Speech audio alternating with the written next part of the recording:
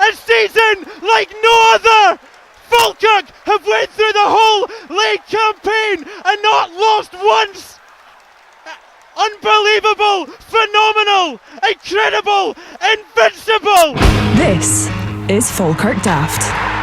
With Behind the Wall. Into the box, it's Adams! And McKeever scores! Agyeman lets it run, might have a chance of a shot. It's Agyeman! Oh, what a goal from Alfredo Agyeman! Still alive, Dylan Tate tries to bend one, and it's a wonderful goal! Arfield! Oh, he's back! The king is back! Scott Arfield! On his Falkirk return!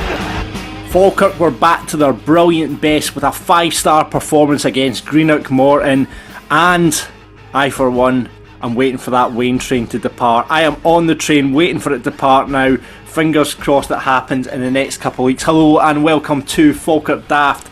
And with me, the Marcus Haber, the Darren Lewis of Falkirk. It is Mr. Ross Wayne, the ginger god of pod, and now fantastic striker. Hi, Ross. Good afternoon, mate. Yeah. Now, if you missed the game and you don't know what I'm talking about here, Ross got the chance. Now, I am gutted, Ross, right, because I missed the game on Saturday. This is like missing, for me, the Hearts Cup game, that I didn't have the chance to see it, because Ross was on the pitch doing the Crossbar Challenge on Saturday, and it was one of the worst Crossbar Challenges perhaps the stadium has ever seen. Beautiful. And I can't believe I missed it. Possibly. It is possibly one of the worst. Let's just stop the podcast right now, because let's just watch it, shall we? I think, because thank you very much to every single listener or viewer that sent us Ross taking the Crossbar Challenge. Right? If you're listening to the podcast, this won't make any sense. If you're watching on YouTube, you will see this. Right? Okay, this is Ross Wayne half-time Crossbar Challenge. Here we go. There we go. Talk us through it, Ross. Here you are, ready to hit that the crunchy carrot sign. Yeah, Right-footed. Lucky that it even got in the net. It took a bounce before the goal line. Let's go for it. Let's watch that again. I wish I had a slow motion replay. Here he goes. Do you need a slow motion? The crowd. Quite slow. Kicks it, and it doesn't even. It bounces before the back of the net. Yeah. Thanks to everyone. I've got several. Do you want to see it from a different angle? Mate, I've seen it from about 1,000 angles. The amount of people that tagged me in this, not even like just post-match. As soon as the ball had left my foot, I was getting my phone in my pocket. It was going mental. Oh, I couldn't believe it. I was sitting having a beer. I was away for the weekend up north, and I was sitting having a beer, and just beautiful sunshine and most amazing scenery. But the biggest smile that got put on my face was watching that half-time performance. Talk us through what happened, because I messaged you going, Jesus, did you win the 50-50? No. So I was standing at the seats, just at the usual spot. We're all chatting away. I can't even remember what we're chatting away now. And I get a tap on the shoulder, saying that the lady had won the 50-50, wondered if I could do it for her. And I was like, no, you're okay. And I was like, no, they've asked if you could do it. I was like, right, okay. So toddled my way down, walking across the park. The players, by the way, the subs who were there, are all just stopped what they're doing and watching what's going on. Tam, who was obviously warming up, I was like, Tam, can you not do this for me? And he's like, no, you'll smash it. And I was like, right, okay. So then, obviously, and then Stevie, Graham, the usual suspects in the KM stand, starts booing, and then the boos starts filtering along towards the ultras. I'm not getting booed. And then, obviously, I says to Martha, I was taking the kick for, I was like, how much is this for? And she went, £700. I went, oh, no, right, okay. So, when I held it in my hands, it felt quite light, I'm going to be honest, right? And I thought, I'm not going to have to put much into this. Mate, the thing was like a brick, and it barely got off the bloody ground. And I was like, shit. And I've been reliving it ever since, thinking I know what I would do next time. I've been reliving it ever since, because I've not stopped watching anything but that since Saturday. Well, forget the highlights of the game. It's been constant message. Do you know what's the worst part? Stuart McCaffrey was on the tannoy, right? And have you watched the version where you can hear him? Because as soon as I've kicked it, he's went, "Oh, poor effort." Over the fucking tannoy. Sick. Oh dear, oh dear, oh dear. Well, just go through it. Next time, if you need a Falkirk Daft presenter to do it, give me a shout. You're definitely going up next. But I honestly, it's some balls that need to do that, Ross, because... Mate, there's 6,000 there, and the eyes were burning on the back of my head. And then I turned right, and that was the other thing. Tam saying good luck, and then just as the crowd starts booing, fucking McKeever and Nesbitt start laughing and booing as well as I'm walking over to the ball. I was like, "Oh, cheers, guys, thanks for this." So if I had zero confidence before it, it's due to them. Brilliant, absolutely brilliant. So there we go. We've now found Falkirk's worst striker. It's no longer Denan Lewis or Marcus Haber or any other ditty that you want to drop. No, it's Mr. Ross Wayne. The ball went in the net. Surely that's a plus over Denan Lewis. I think he scored in the Challenge Cup right now. Adam was there. Oh, it was against Rangers B. He scored against Adam was there. He did some sort of stupid Fortnite dance as well. But there you go, brilliant. It put a smile on my face anyway. Before we get into this week's episode, we've got to say thank you very much to our sponsor. This week's episode sponsor is Rumour Architecture. We've talked about them so many times this podcast. Our friend Ryan has been running that company for 5 years now, and they're fully chartered and accredited architects, and the only one of 3 in the town. That's all you need to know. They're brilliant, worked on projects across Scotland. They'll deal with extensions, residential work, as well as commercial and hospitality projects. Got a new website coming soon as well, Ryan tells us. Yep. But in the meantime, if you need an architect, and we always say keep it in the Falkirk family, get in touch with Ryan. RMAR, RMAR, which is short for Rumour, rmar.co.uk. Get in touch with Ryan. If you're thinking about doing a house extension, or maybe you're thinking about doing a bigger project, keep it in the Falkirk family. Get in touch with Ryan. He's a top lad. He's sponsoring Falkirk Daft Live 4. He sponsored the last one, and you'll find him probably at the bar with a venom in his hands. Well, but don't let that take away from the fact he's a great architect. Absolutely. He was having a few beers with us and Elliott's on Saturday night after the game. I believe you had a few, more than a few on Saturday night. I had a few. It was an early start on Saturday, but yeah, it was good. No, it was good. Did you stay for a lot longer than you anticipated after the game? No, I thought I'd be out for a few hours. Headed home about 8:30, something like that. You didn't feel the wrath of the wife when you walked through the door? No. The time to go was like when the band was coming on. Yeah. As much as I love bands and stuff like that, but see when you're trying to have a couple of beers and all that sort of stuff, it's not for me. What was funny though was there had been some singing post match. Obviously, everyone really happy about the game, and then there was a bit of a lull, and then Ryan, Andy, and Matt burst through the door singing "Champions Again" all the way, and the full place just absolutely up. Went mental and everybody was going down. I know. It does feel so close now, and we'll talk about the game in a bit. But I mean, I missed it. But you could just I was driving up through Glencoe, and I was desperate. I got stuck in hellish roadworks at Tyndrum, and I thought, right, I'm going to get up, I'm going to get to the bar, I'm going to sort out my laptop, I'm going to sit and watch it with a beer in my hand, and that was the dream. It was a beautiful sunny day. I mean, the scenes were amazing. But I got stuck in those roads I was in the car with my wife and daughter, and every time Falkirk scored, I was like, yes! Take my hands off, stop! But it was, so I was listening to it on the radio, but yeah, it was just great, and it just feels so close now. You just want it done. Want it done, you know? Yeah, I know. And I think everyone, I mean, there'll be a lot of people in that stadium now thinking it's done. I think every other supporter you meet, they go, oh, what are you worried about? It's done. But there's that bit at the back of your head as a Falkirk supporter that goes, no, it's no. Oh, John, I really hope it's not, because I've already purchased. Jesus Christ. So it has to happen now. I've already got the trophy. So Jesus. Inflatable trophy. And by the way, listen, if you want to get in, go out and buy a bunch of inflatable trophies and get outside the stadium. You'll make a killing. Make it a Falkirk Daft inflatable trophies. We could make a killing. This time next year, Rodney, we could be millionaires. This time next year, Premiership trophy. There we go. That's the plan. But no, we'll get into the game in just a bit. But first, let's go to birthday corner. And I've got to say a big happy birthday to the main man sitting in front of me right now, Mr. Ross Wayne. He is going to be the ripe age of 44 tomorrow. I am indeed. So welcome to the club, sir. Thank you, pal. Thank you. No, I'm looking forward to it. It's not something to be celebrated, is it? 44.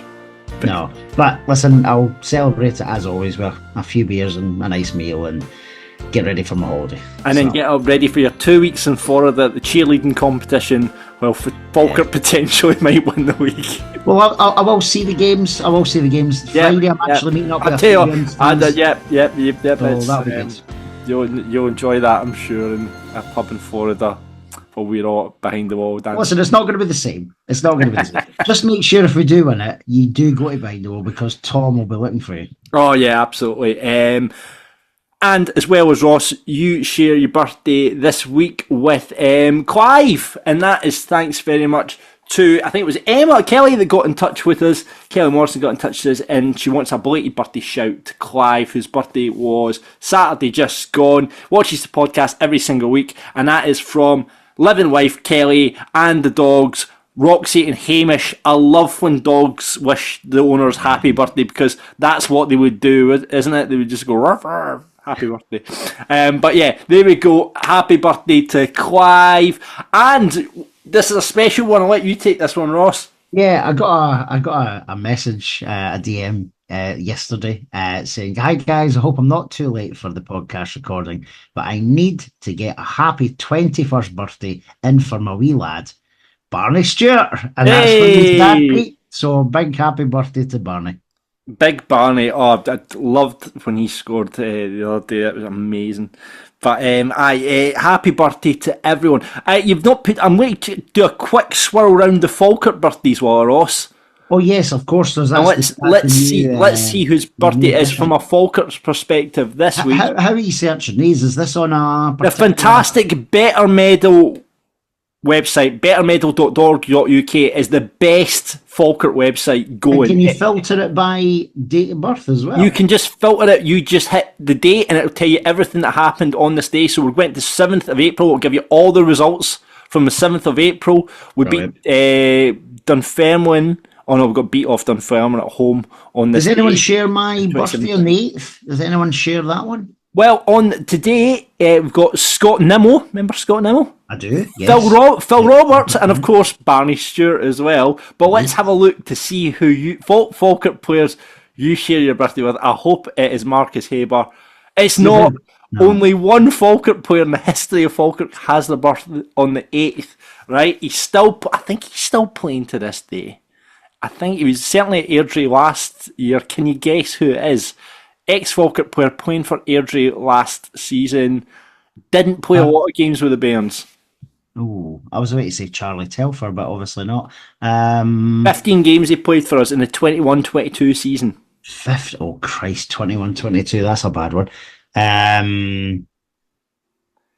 Well, I thought is he a fullback? I thought he was all right. Was he's a fullback and centre half from what I can remember? Scored one goal for Falkirk, 21-22 season. Came from Livingston. Centre half, did you say? Centre half. He could play fullback as well. It's not their assistant manager at Airdrie now, is it? Is it Taylor Sinclair? It is Taylor Sinclair. There you go. Is he the 8th of April? There you go, 8th of April. So well done. You share your birthday with Aaron Taylor Sinclair, the only Falkirk player in the history of the club, and that's who you share it with. Well, after Saturday, it's two ballers, isn't it? Two absolute ballers. Well, that's true. So happy birthday, Ross. Happy birthday, Barney, and happy birthday, Clive. Right, let's get into some club news then before we get into the game. Get your tickets for Ayr ASAP. 2,000 expected. They're still on sale. I don't know how I'm going to get there because all the buses are taken up, all the cars going down are taken up, so I think I might end up going up to behind the wall and watch this space and just watching it in the pub. There's no one else you can get a lift, surely, someday. I don't know. DJ Rankin actually reached out and said he wants to get a lift down with us. He's unsure if he's going to make it yet as well. Right. So, but yeah, I'll see how it goes. But yeah, do you know what? If it was to win the league, I think You'd want to be there. You'd want to be there. You'd be absolutely there, but because we can't win the league, I don't know. I think it'll be quite good to just watch in the pub. But I'll wait and see. I might get there, I might not. But yeah, get your tickets for Ayr now. And talk about limited tickets. There's only 450 tickets left for the North Stand for the game against Wraith at home the week after that. And then Thistle away is likely to sell out soon. I think we're only getting 2,200. Ross absolutely played a blinder with this one because he spotted that the tickets went on sale really early. It was like last month or something, wasn't it? January. Was it? Yeah. So we got our tickets really early on for that one because that could. I mean, God, when you look at next weekend, we could potentially win the league if results go our way. But yeah, that is likely to sell out soon. So get your tickets for that. 2,200 heading to that. And Aki's, as we know, is already sold out. Which will be hopefully fingers crossed trophy day. So yeah, it's a big few games left, 4 games left, 12 points up for grabs. We're 8 points ahead. We're all done the maths. We only need 4 points because the goal swing for Livingston's not going to happen. So we need 1 win and we need a draw. So a win and a draw. And if Livingston go on to win all their games, I went back and I looked to see if Livingston have won 4 games on the spin. In fact, because they've won there, so it'll be 5 games on the spin. And they actually have earlier on the season. So they've done it twice earlier in the season. So that it could still happen. But we all know it's in our own hands. 3 points and a draw. That's all we need. That's all it's done. All we need and it's done. But there we go. So get your tickets now if you haven't got them because 4 massive games coming up. Falkirk women went down to 3-1 to Renfrew ladies yesterday. Manny Smith got 5th in the league this season, but it wasn't enough to get any points for the Bairns. Renfrew ladies, obviously, we saw them play. Falkirk are in the split, so that was great. But we obviously saw them against Renfrew ladies. Looked like a decent side, to be fair, Renfrew. So just disappointed the girls went 3-1, lost to them. I was going to say something else there, but then I remembered your dirty mind. So yeah. What are you going to say? I'm not going to say. I won't laugh. Just say it. I won't laugh. Went down 3-1 to Renfrew ladies yesterday. He's trying not to spit out his water. Right. So yeah, Falkirk women. Yeah. So. Fingers crossed because that's a couple of losses in a row now. So the girls hopefully can get back to winning ways very, very soon, and I'm sure they will. But they're 5th in the league, and they've got Stirling Albion next at home on the 13th of April. So get along to that this Sunday if you can. Here's the news I've been waiting for. The big man has signed a contract extension, and I got an extension myself when I heard that news. I was just going to say, surely that led to an extension on the McNally household. But yeah, Tom Wang has signed a contract extension. I think it's up to the end of next season. Is it 2 more years? Up to 2027. Yeah, so 2027. 2 years to go, which is brilliant. And I'm sure if he's still doing amazing, he'll be there for the Champions League in 2028 as well. 2 more years of Tom. I mean, I'm really happy that Tom has signed for the club because if he went somewhere else, I'd have to go and support that club. You know what I mean? So it's delight. It's worked out really well for me as a Falkirk supporter that Tom has decided to sign an extension. So brilliant from Tom. I'm delighted that he signed it. As I say, there is as I keep saying, there's more with more aggression, more just fucking balls and just goes into tackles like no one. Balls deep tackles. That's what tackles, heads, and he does. He's a great baller as well. So yes.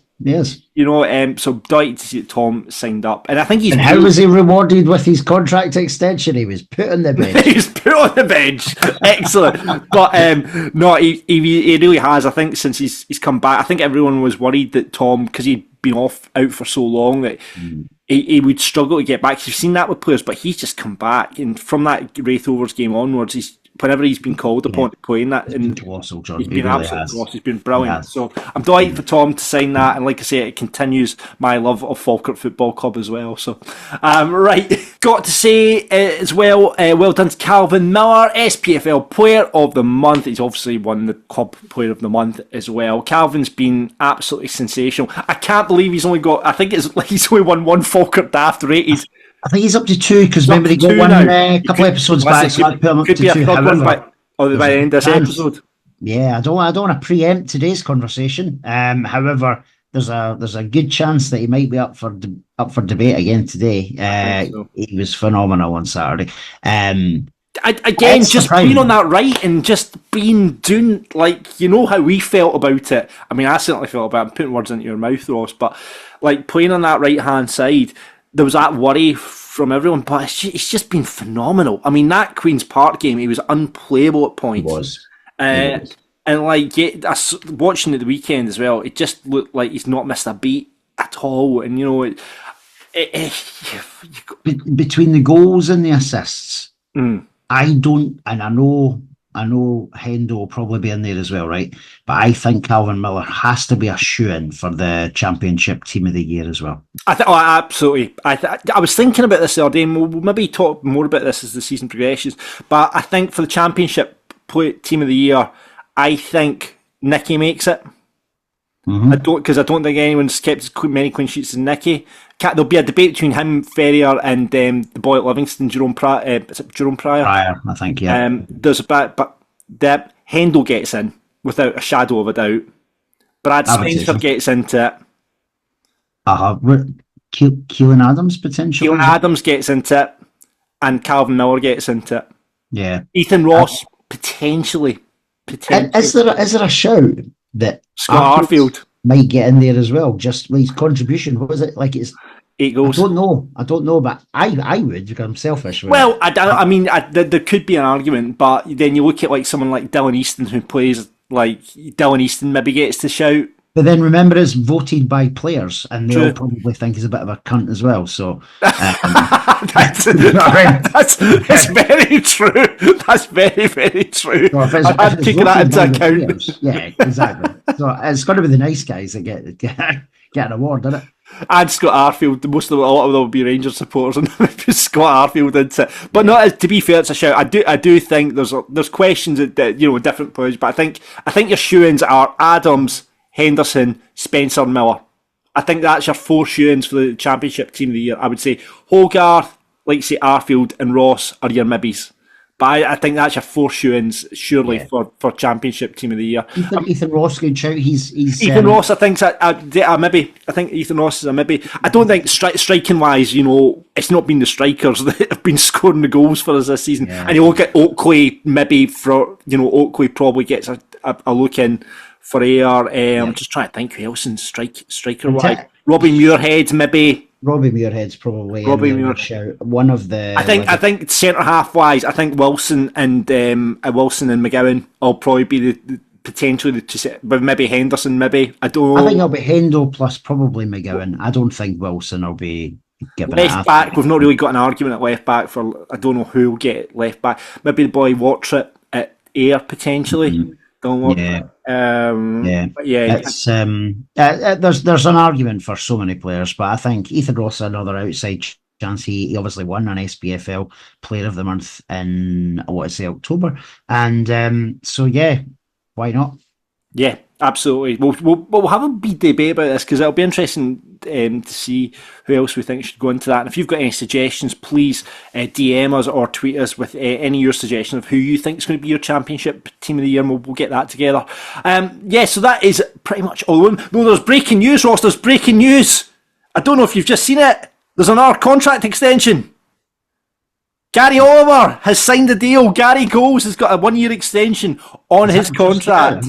That has just been announced. We are recording this at 20 to 5 on Monday. That has just been announced. Gary Goals has signed a 1-year extension to keep him at the club until the end of season 25-26. Now, I had heard rumours that he had triggered an extension of his contract, so I wonder if that confirms my rumours. Could be. I've just looked back at the tweets from the club. Before they announced it, though, they put a maths problem for your Monday afternoon. 18 plus 1 equals ? That was the sort of teaser that the media guys have done. So that's quite clever. I like that as well. Oh, very, very good. Very good. But Gary Goals has signed a 1-year extension. We'll talk about Gary Oliver. I do just think we're a better side with that Gary Oliver in it. It's not just opinion. It's stats. It's backed stats as well. most of the game with Gary starting, and he's again. I think he showed on such an intelligent player. He really is. Like he just draws people out when he drops into those, when it lets the other boys go. You know, so unselfish and just play a real team player, Gary Oliver. So do you know what? I'm delighted with that. A lot of people maybe question: is he? If we're going to the top league, I always have to prephrase everything. If we are going to the top flight, will he be that class? But I think you saw on, when you've seen him play, he doesn't have to be like that because he draws out players to let the other ones go. He must be a great player to play alongside, and I'm sure like Ethan and Calvin and Alfie all agree with that because it just unleashes them. Absolutely unleashes them. He really does, and he covers so much of the pitch as well. Yeah. Like yesterday, there was times where he was weirdly he was at left back, and there was a bit where he was at right back. And it's not that he's like way out of position. He's doing it to try and get involved. He's doing it to try and bring others into play as well. So I agree with you. I'm really chuffed with that signing, and not too many left now out of contract for next season. There must only be 5 or 6 from the first team pool. So it'll be interesting to see if there's any more news stories coming. It'll be interesting to see. Before getting to the game, we've got to say thanks, as always, to our sponsors Behind the Wall. We're going to be in there for Falkirk Daft Live 4. It's not far away now for the last game against Hamilton. I can't believe that. With our special guests, Craig Telfer from the Terrace, Ewan Cameron from the radio, and Captain Invincible himself, Stephen McGinn, will be with us at that night. And it's all happening before the Hamilton game between 5 and 7. But if you haven't got tickets for that, get along to Behind the Wall anyway. Have the Falkirk Daft Venom. It's still on sale.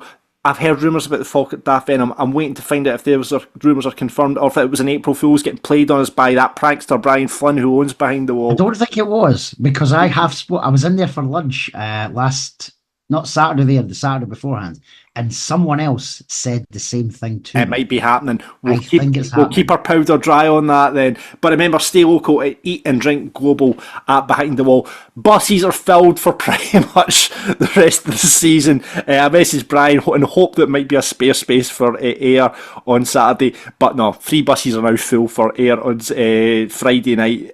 So there we go. We've got a potential. But I might go to Behind the Wall anyway and just watch the game there. But yeah, Hue and Cry on 27th sold out. Parliamo obviously gutted for the boys and Parliamo, Andy, the Haxon particularly, because that was going to be potentially Thistle away, then back to Behind the Wall for Parliamo, but the Thistle game's been moved to Friday. But that doesn't mean you shouldn't get your ticket for Parliamo. They're one of the up-and-coming bands in Scotland. Check them out on Spotify. Brilliant. And obviously one of our own on the drums, wearing a Falkirk strip, and rumours has he might wear a Falkirk Daft t-shirt if we can provide it at the Behind the Wall gig. So that was the chat. That was the last chat I had with him as well. So we'll get that sorted out for Andy. But get yourself along on the 26th. Who Tribute is there on the 18th. That's this weekend. And then they've got Vida's single launch. They're another great band as well. That's happening Sunday 20th. They're doing kind of some low-key shows. So get down and check that out. And Cadenhead's Whisky Tastings on Friday the 25th as well.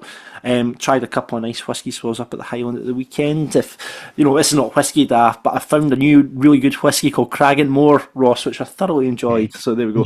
John's whisky. That should be a feature on this podcast. John's whisky recommendation of the week, and this week is Cragganmore. There we go. Did you buy a bottle? No, I didn't. No. Oh no, I did. I just bought a bottle when I got back on Amazon. I went to a whisky shop and I was like, I'm not paying that because that's such a markup for tourists. And I went on Amazon and got a bottle for about £10 cheaper. So there we go. So, yeah, anything going on at Behind the Wall, you can find out about at behindthewall.co.uk. Right, let's get into the football now and let's talk about that 5-star show against Morton. Let's do it with a man who's been on this podcast before. It's Dougy Blakeley. Cheers, Bairns. How you doing? Oh, he's got a beer in his hand as well. Is that more Dougie Imrie tears you're drinking there, Dougie? Oh, yes. It's the Boxset. Absolutely. We own Dougie Imrie now after Dougie that. Imrie, the Boxset. There's one for nightmares, eh? It was... We touched on it briefly, but a cracking day at the stadium. We'll talk about the game in a minute. Dougie, with you, you've been on before. We all know your backstory, but we've been asking it all season. We're going to have to think of a new question for next season, actually, Ross. Who is the most unimpressive, disappointing player you've seen in a Falkirk top? Don't include me. Yeah, I think I like how you rephrased the question slightly. But I think disappointing when you think about somebody who potentially could have done really and has done great stuff in the past. I've got to go for Lee Griffiths, because when he signed 2022, played a dozen games. But you think, 5 years before that, he was at Hampden sticking free kicks in the top corner against England, and it was like, what happened to that guy? It was like, I just thought he had real potential to make a massive impact to Falkirk, but didn't, unfortunately. So it's just a shame at the period that he came as well. Like you wonder if you got Lee Griffiths at his time. Maybe it would never have worked out for him, right? But you wonder if we'd maybe got him. Say we got him now for like a dozen games. Would he thrive in our team, or would he just not fit at all? It's a tough one. I don't think he would fit. I don't think he would fit into the way we play at all. But I think he was done. I think when he came to us, he was done, wasn't he? Pretty sad, though. A couple of goals in 12 games, something like that. But, I was you go back to that game at Hampden, you watch it, and you think, we've won this, 2 brilliant goals. And that was a horrible moment. Not to be, but there you go. Let's not relive that moment. That was horrendous. But we had a great moment on Saturday there as we faced Morton, and we've won 4 times against them now, which is great news. I mean, the last time, obviously, at the stadium was a 6-0 pounding. We could only manage the 5 this time around, much to... No, I did everyone watch Dougie Imrie's post-match interview say it was 5 preventable goals? It's just like that irony of 5 preventable goals. Jesus Christ. But yeah, a couple of changes to the side. Sean Mackey, Dylan Tate, Scott Arfield, Gary Oliver and Ethan Ross all came back into the starting 11 after the loss to Livingston.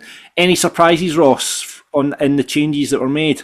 No, not really. It's almost reverting to the team that played. Who did we play just before Livy again? Remind me. It was Airdrie, wasn't it? So it was almost a like for like back to that team that worked against Airdrie. So I just think we made too many changes against Livy. I know I wasn't here to kind of dissect that game last week, but I wasn't shocked with the volume of change that came back in, because that's maybe our strongest starting 11 that were out on Saturday potentially.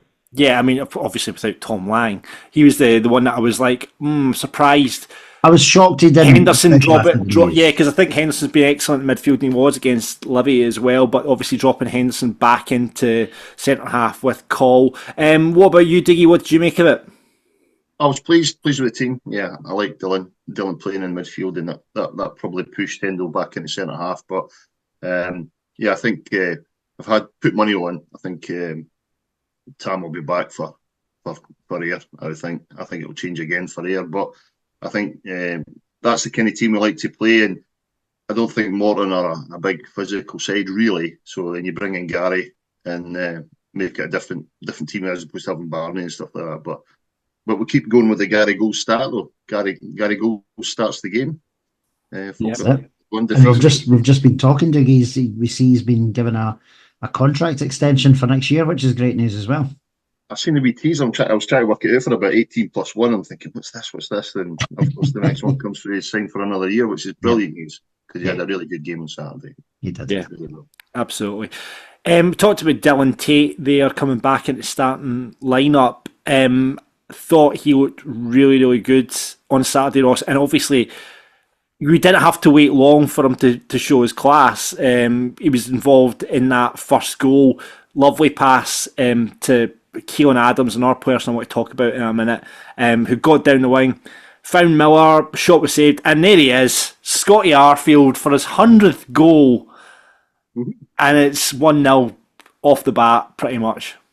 Yeah, it was straight from the off we were at it. Dylan Tate, who you mentioned, he was back to his best on Saturday. I really thought he was. That little break that he had with a niggle has definitely done him the world of good.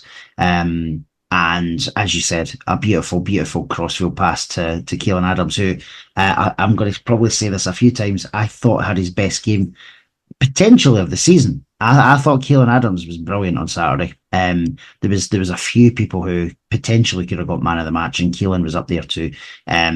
He, not for the first time on Saturday, got down the wing, as you said, John. Really nice pass into Miller, who was all over the place too. And Scotty Arfield he's in the right place at the right time. And he knows what to do. He knows what course, to do. See hitting that ball down into the ground. That's intentionally done. Do you know what I mean? Yeah. That's not him lashing, because there's a lot of bodies in the way, and by hitting it into the ground and it going in the way it did, for me, that's completely and utterly intentional. Well, he's trying to keep it down, isn't he? Yeah. That's exactly what he's trying to do, Dougie, and the guy's just got some finish on him, isn't he? I must admit, he must have been watching me at the Walking Football last Friday. I had a similar shot myself. Get your head over that, put it in there. But yeah, he's got that extra bit of time on the ball, extra bit of class, hasn't he? So, but I think he intentionally missed the crossbar as well, which all the good footballers try and avoid the crossbar. So that's if you struggle hitting that crossbar, I know. Absolutely. But listen, I saw a brilliant graphic the SPFL put up with his first goal in the Falkirk jersey, and then his 100th goal in the Falkirk jersey. I saw everyone was in their man was out saying well done to Scott Arfield, Stephen Davis, Stephen Gerrard, just about half the Rangers team that played, John Flanagan I think saw. So they were all out saying well done his 100th goal, and it is a milestone for Scott, and hopefully we'll get a couple more, because that's an unbelievable stat. That's 8 goals in 9 games for Scott Arfield, Dougie. Yeah, and when Scott scores a goal like that so early, like he did in his debut, I think then you look at the game and you go, this could be quite a few goals today.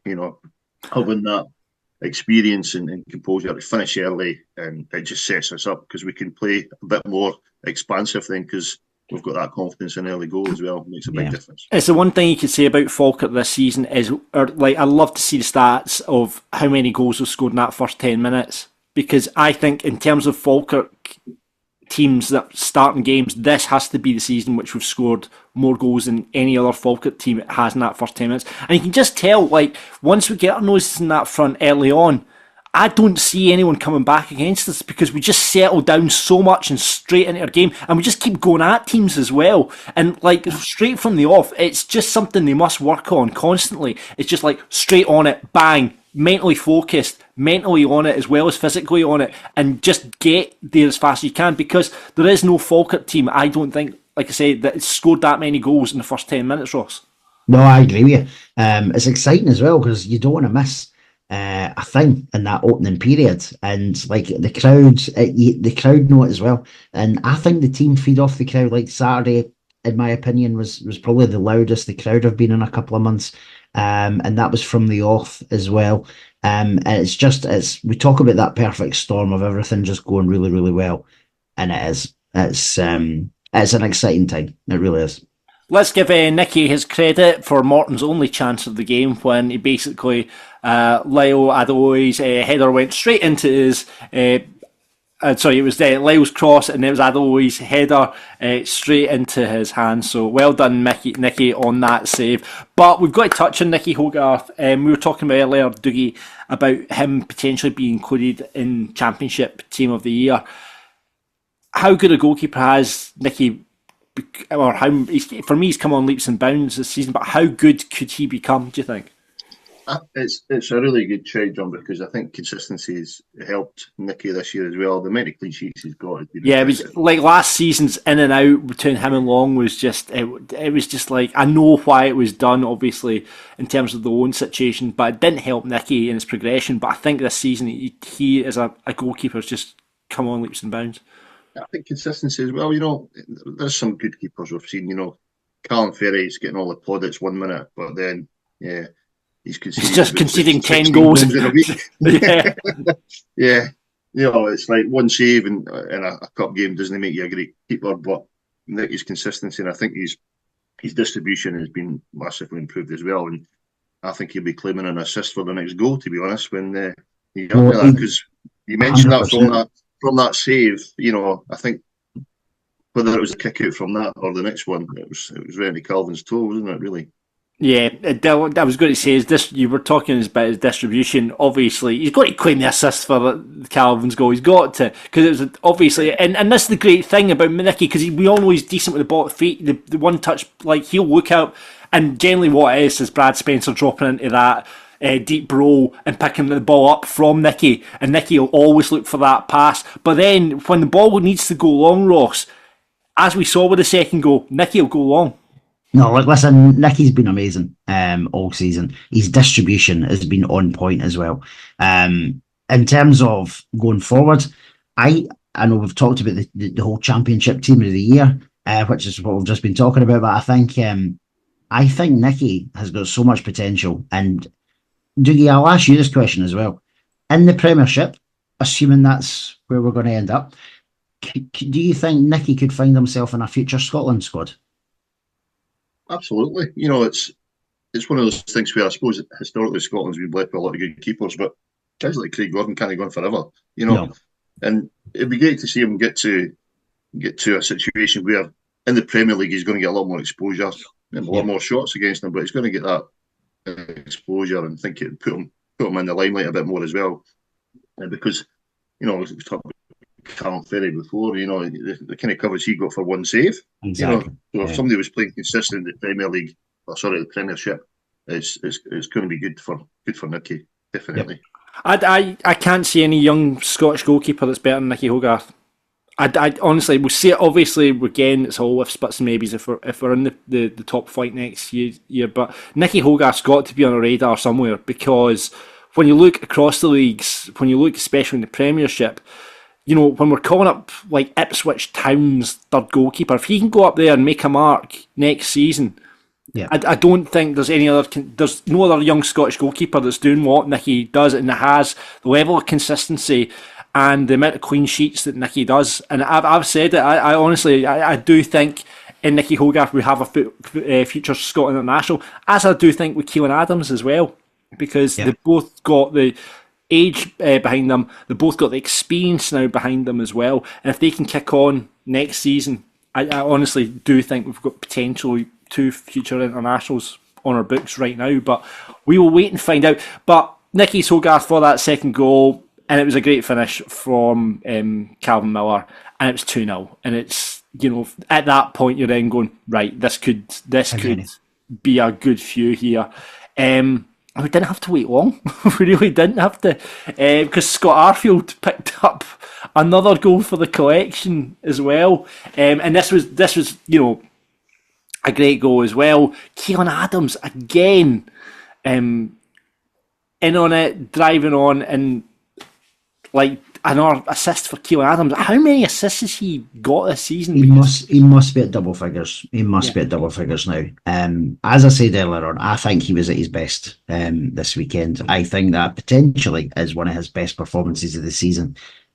Just everything went right. Both, not that he had a huge amount to do defensively, but everything that was going on that right hand side, he was phenomenal with him and Calvin. Some of the balls from Dylan Tate and Brad Spencer. Obviously, we saw that with the goal, Scotty's second goal. The ball from Brad out to Keelan was just inch perfect. But then the rest of it was all on Keelan, really. Obviously, there's a little bit of a bobble in there, wasn't it, before Scotty smashed it home? But again, right player, right time. That's what you want. Surprisingly, the BBC stats, only 4 assists for Keelan Adams this season. I would have thought it was more. I would have thought it was more as well. But well, I can think of a couple in the cups as well, because he had remember he had a couple of assists against Hearts, potentially in the same game, actually, now that I think about it. So yeah, he's had more, but if that's all it is in the league, let's hope he has a strong end to the season, because that was a brilliant performance from him. Yeah, Calvin Miller leading the way though with 10 assists alongside Jay Henderson. In the kind of assist league and that, but Dougie,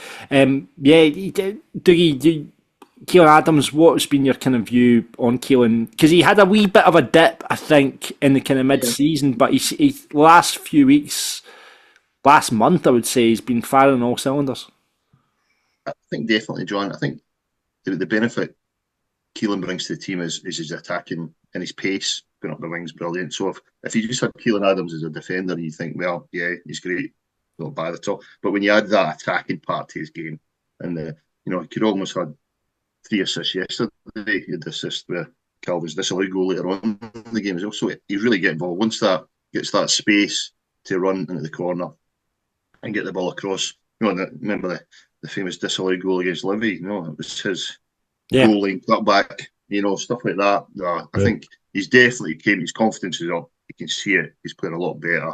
But another Scotty goal and a great time to score just before half time. Yeah, exactly. I mean, and 3-0, it really is cigars out after when you're 3-0 because Morton didn't have a sniff. They really didn't have a sniff. They were nowhere near Falkirk in that entire game, despite 5 fortunate goals for Falkirk, according to Dougie Imrie. 5 preventable goals. I won't misquote him on that, but again, second half we come out and Oliver again wins the foul. As we talked about when we talked about his extension, a great team player, a great professional player, a great experienced player to have in your team, wins the foul. And there was a slight bit of argy-bargy over who should take the free kick, with Scott Arfield grabbing the ball, but the right man took it in the end, Ross, and it was an absolute sparkler from Ethan Norton. Phenomenal free kick. Yeah, we saw that as well, wasn't there? There was a little bit of discussion. Obviously, Scotty thinking, "Oh, I'm on for a hat trick here. Why not?" Calvin was sniffing about as he does, but Ethan just absolutely, and the keeper didn't even move. He didn't even move. It was one of the most, and when you see it from behind the goals as well, just a beautiful, beautiful finish into the top corner, and no more than we deserved. And I thought scoring that early, and it's always a difficult one, but I thought scoring that early, listen, we could do serious damage today at that point. Yeah, were you predicting more than 5, Dougie? I was going to say, you think you look back, well, we're going to take 5, 6, 7 off this, and you go, well, it's possible we did 6 the last time at home, and when you're 4 up in 65 minutes or whatever it was, 55 minutes, you're thinking this is possible, but definitely possible. But I think Ethan's got the bragging rights over Calvin and the free kicks at them, and you can see that they're all desperate to have a go. They're all confident. That's the thing. They're all confident to have a go. I mean, the one that Calvin Miller smashed in at Oakview was some free kick as well.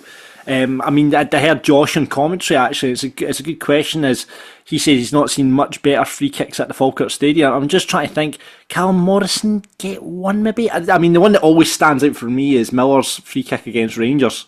That was the one. Yes. Yeah, but I was trying to think of other free kicks Falkirk have scored at the stadium. Maybe people can reach out and remind us, but if you boys have got any ones you want to throw in right now.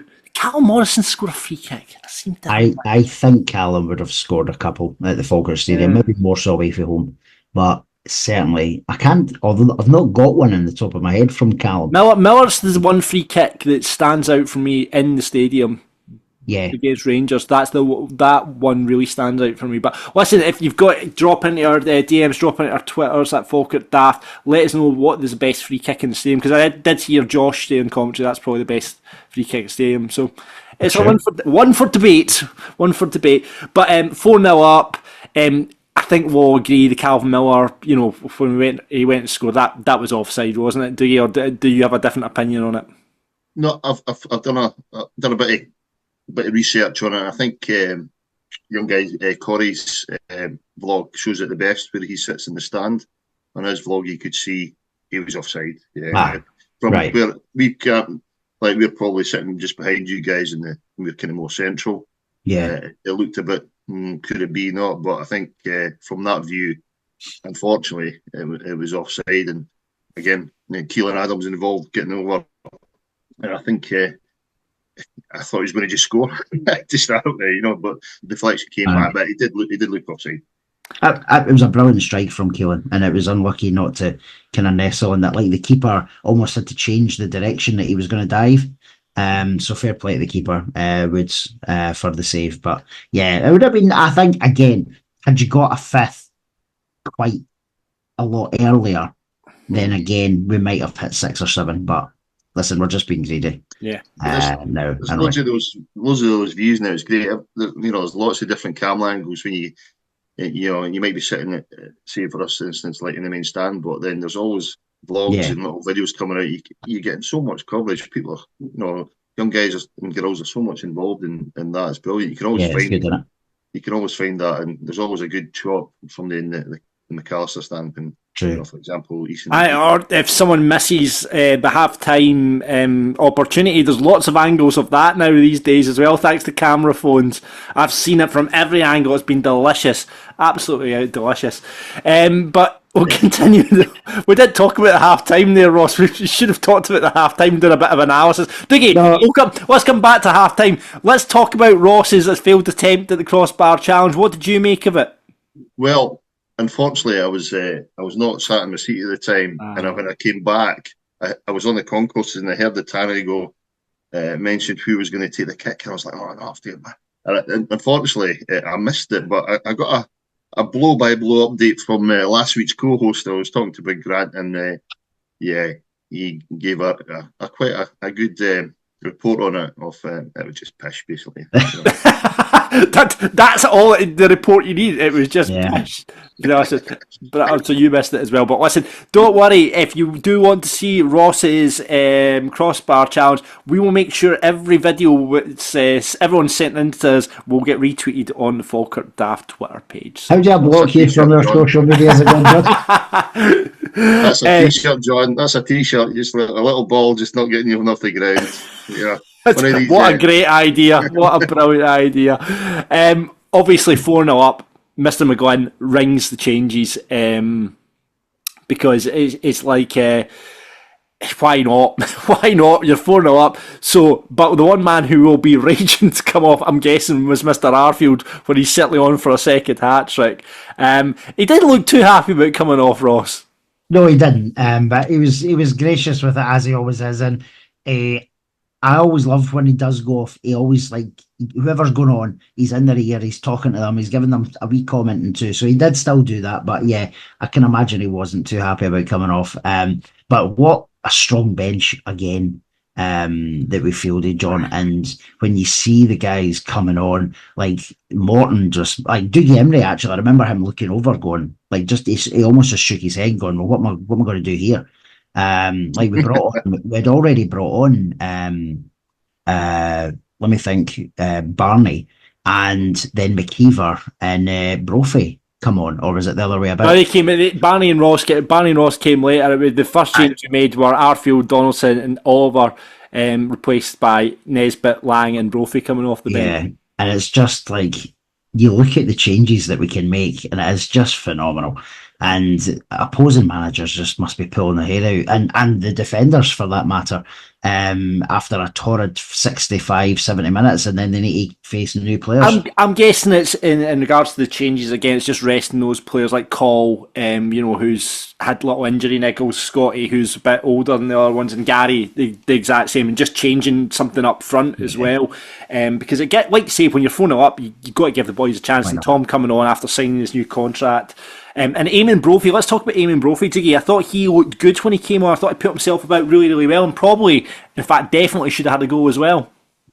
Yeah, it's go back to what I was saying there. Is like Dougie is like, you're 4-0 down, and they bring on 3 strikers. You're thinking, oh dear. But it's nice to see him in the park. I was actually talking today at the Heritage strip. I've just got him here. There's Mr. Brophy there. There we go. Nice one. So I've talked to him today, and he's obviously been frustrated being injured and that, but he's was obviously enjoying his time at the club. But it was great to see him on the pitch and getting involved, because he's a different kind of striker than the other options we've got. You've got Gary, you've got Barney, and you've got Eamon as well. So it's great to see him on the pitch after. It must have been really frustrated. Do we think John potentially could be interested for next season, regardless of division?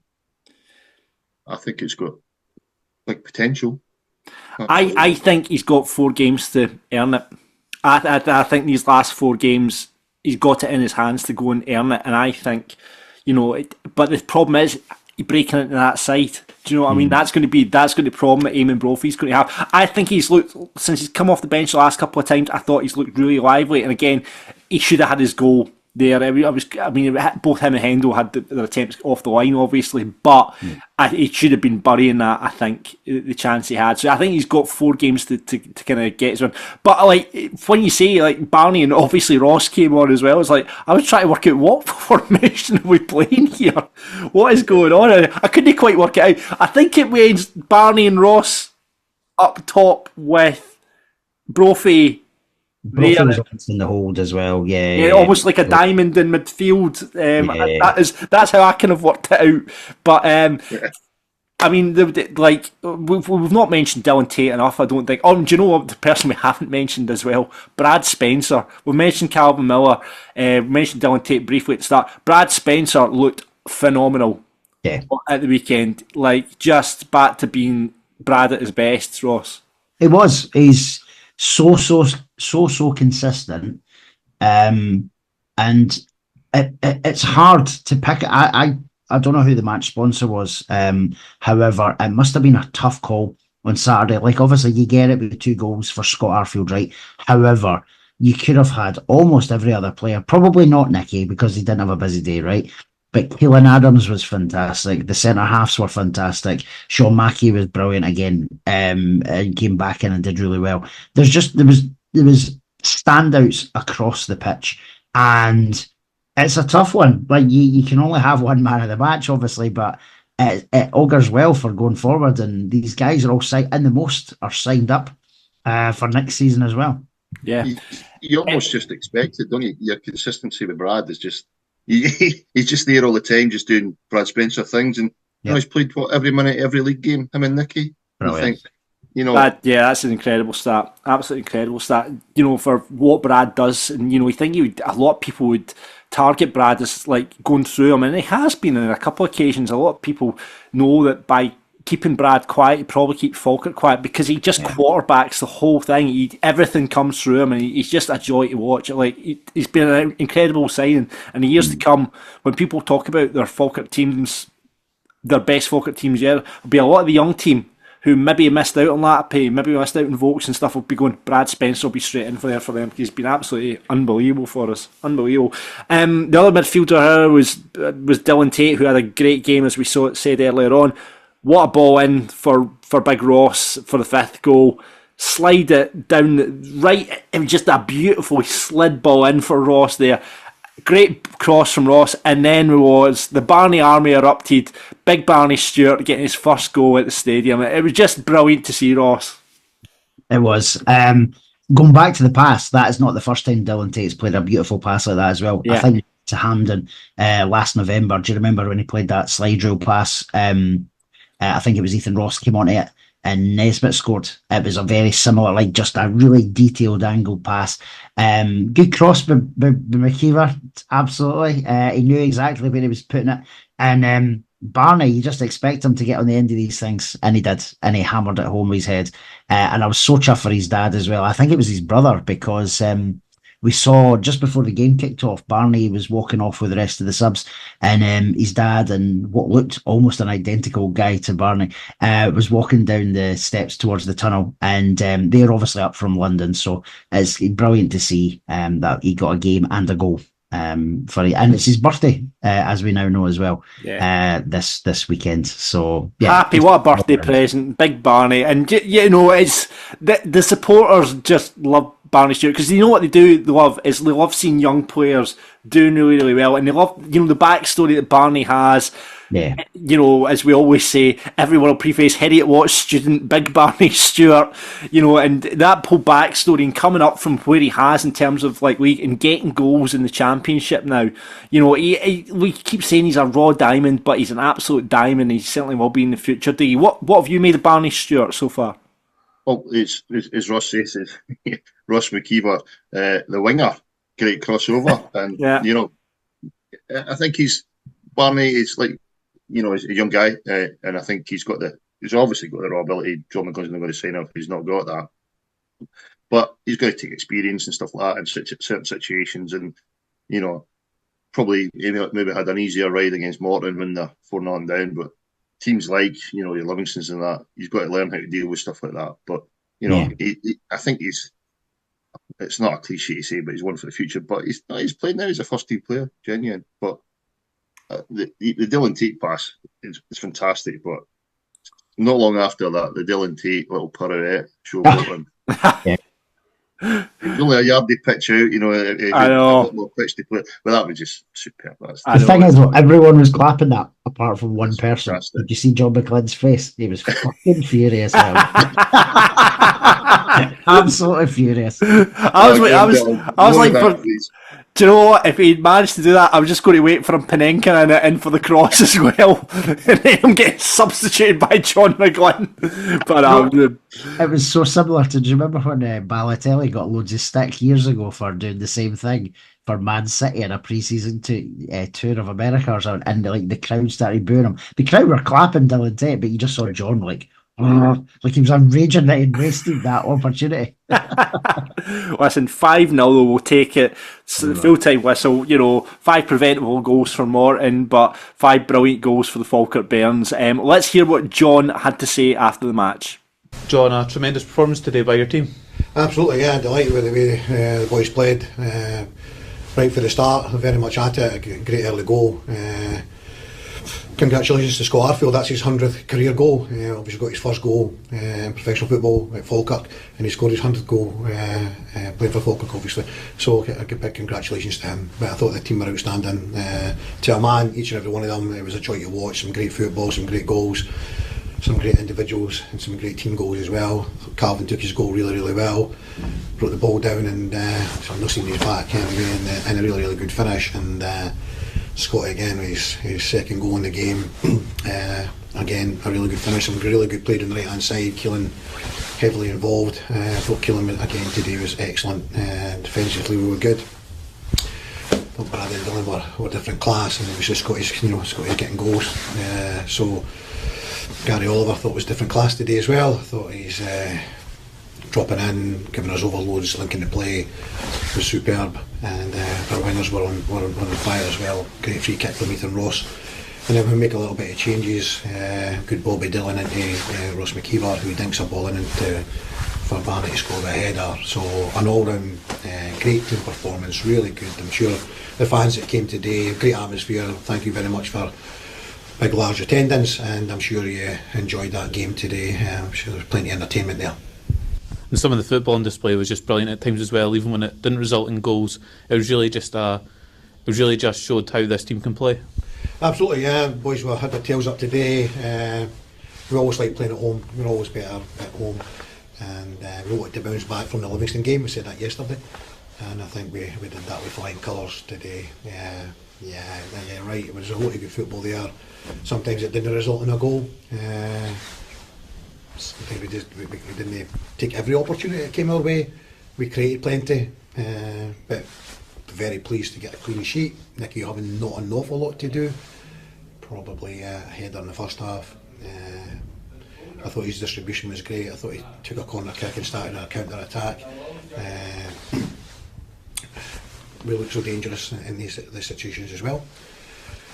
So it's another step in the right direction, but we still have work to do. We know that 8 points ahead, but there's 12 points available. So until mathematically we can't be caught, and we have to make sure that we're still at it. Down here next week, difficult game. We'll be prepared for it all week and be ready when it comes around.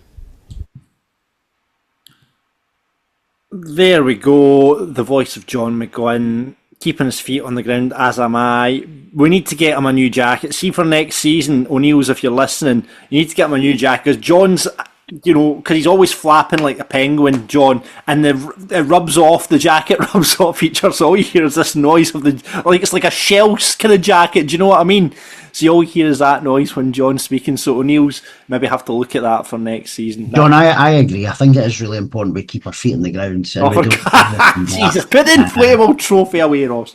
Champions again, ole ole. Obviously, that was ringing around the stadium. You would not have heard me singing that if I was in the stadium on Saturday, but maybe after a few pints I might have. Do you know what's funny though? See, just to say Marshall, who obviously people know, we've talked about him before, he's been on the podcast. Oh, He's yeah, like, last "Sit in week front as of me." well. He's like, nope, not singing it, not singing it. Yeah, I'd be the same. Marshall's a man after my own heart. Let's hear what you guys had to say about the game. Joe kicks us off by saying John McGlynn has been in charge of Falkirk for a total of 128 matches across all competitions, with 82 wins, 23 draws, and 23 losses. So he has a 64% win rate. And 18% of the obviously making up the rest with draw and losses. Legendary status now. I would say so. This topic came up after the game as well in the pub, and we were talking about is he now the sort of most successful manager in the modern era of the club? And I think he does. If assuming we do go up, I think he does. Obviously, we know Jeffries took us into the Premier League as well, put us in a really healthy position, especially one of the years, finished fifth. But to do back-to-back titles is big, right? But we need to remember how bad our club was when he came in. Yeah. It wasn't... When Jeffries came in the late 80s, early 90s, the club was not in a bad way on the park, or indeed off it, really. But it was when he came in, and I think it's a bigger achievement. I think he goes into the conversation alongside. I mean, listen. Everyone thinks Jim Jeffries, right? But everyone discounts what Yogi did, and I think no, I know. Yeah. Everyone jumps to Jeffries and thinks Jeffries, But I think Yogi, gets discounted far too easily. And what he did for the club, and we all know how it ended, but that gets this. But John McGlynn comes into the conversation, I think, with Jeffries, Yogi, and him. And I think if he manages back-to-back promotions with that invincible season in tandem with that, because no other Falkirk manager is ever going to do an invincible season. I know it was in League One, and people say, you're playing about plumbers and painters and all this sort of stuff. It's still an amazing feat. And if he is able to do back-to-back champions, I find it hard to even argue for Yogi, who I love. When he wins the Premier League and it's 3 on the spin, there's no debate. It's him. Aye, absolutely. What are your thoughts, Dougie? Well, I must admit, I was on the Wayne train on Saturday. Sing along to Champions again. Yes. Seeing if actually the Oasis track is getting changed from we'll be in the Championship again. Now it's changed to the Premiership again. Mm-hmm. I think next they'll be singing we'll be in the Champions League. Yes, come on, Dougie. Right. Well, I think you're right, John. I think if John gets us a solid finish in the Premiership, it's the recognition's deserved. Absolutely. Yeah, I don't think there's a debate. If we go up and he's able to get us a good, standing in the Premiership, I think well done United have done this year after having gone up. Now you need to bear in mind Jesus Christ, Ross, don't start. All I'm going to say is we scalped Dundee United at the start of this season as well, and Hearts, yes. And we ran Celtic ragged for 70 minutes. Just saying. Right, let's move on to Grant's comments, Ross. Yeah, Grant Glenderreef says Ross Wade is the worst striker I've seen since Darren Lewis. Yes. Do you know what? I did score though. I know I wasn't meant to. Ross, the whole point of the crossbar challenge is you're not meant to score, and it bounced before the line. It bounced. It's still a goal though. Jesus Christ.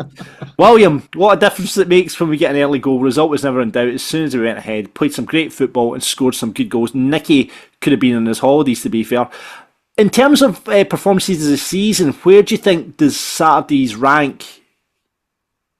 I saw Jamie Swinney messaging saying it was one of the best. For me, I think Queen's Park away the last time round, and I think Airdrie away, that's the two performances that really can stand out when we beat Airdrie 2-0 at their place. I'm trying to think of other performances. Partick Thistle away, but that kind of it was 1-1, and it shouldn't have never have been a 1-1 game. Yeah, it is a tough one. We were professional. I think it finished off Morton for us this season, and as Dougie said at the beginning, it's like that, like Dougie Imrie the box set. It's it was a convincing win. I don't know if it was our best win of the season, but I would say we were very professional all the way through it. So for John McGlynn, potentially, it was one of our best performances this season from a technical perspective because we controlled it, scored loads of goals, create loads of chances. Yeah, it probably is.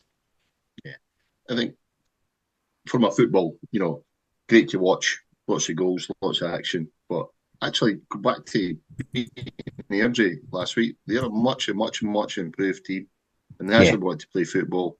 And for us to, not stumble at that, and finish the game off, that could have been another potential banana skin. But but from a football, the purists yesterday was probably one good, of the best. Yeah. John Harden says the same. That was one of the best team performances I can recall. Dominant all over the park. We need to enjoy every minute of this team. Falkirk Daft rated should go to McGlynn and Smith. 21 wins out of 32 with a plus 40 goal difference. Immense. Yeah. Grant picks up saying 5-star showing from the boys today, 5-0 going on 8 with the chances we had, dominated the game and always in control. Great football and show today and some great goals. It was a joy to watch at times, and now I am on the verge of joining the Wayne train. Good man.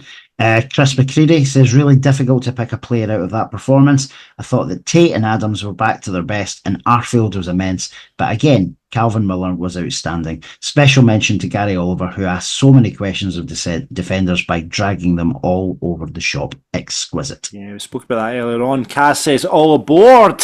That was such a one-sided professional display from every member of the squad. Nicky board, 5 well-taken goals, Tate back in the zone, and Calvin, when the samba rhythm starts to play, Miller was immense. Next up, Somerset, choo-choo!